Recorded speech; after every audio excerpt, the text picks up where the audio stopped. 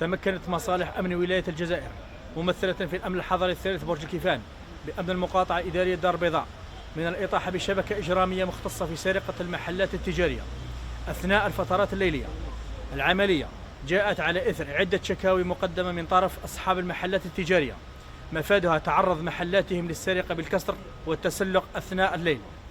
بالتنسيق مع النيابة المختصة إقليميا أفضت نتائج التحريات إلى توقيف 4 أشخاص من بينهم امرأة تتراوح أعمارهم ما بين 16 سنة و40 سنة مسبوقين قضائيا، كما تم ضلوع هذه الشبكة في 17 قضية مشابهة على مستوى كامل إقليم اختصاص أمن المقاطعة إدارة دار البيضاء،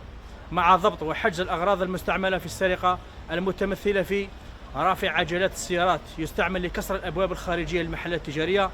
قفازات وقبعة صوفية تستعمل لإخفاء الهوية والتنكر، أسلحة بيضاء محظورة تستعمل للتهديد، مع استرجاع بعض المسروقات المستعملة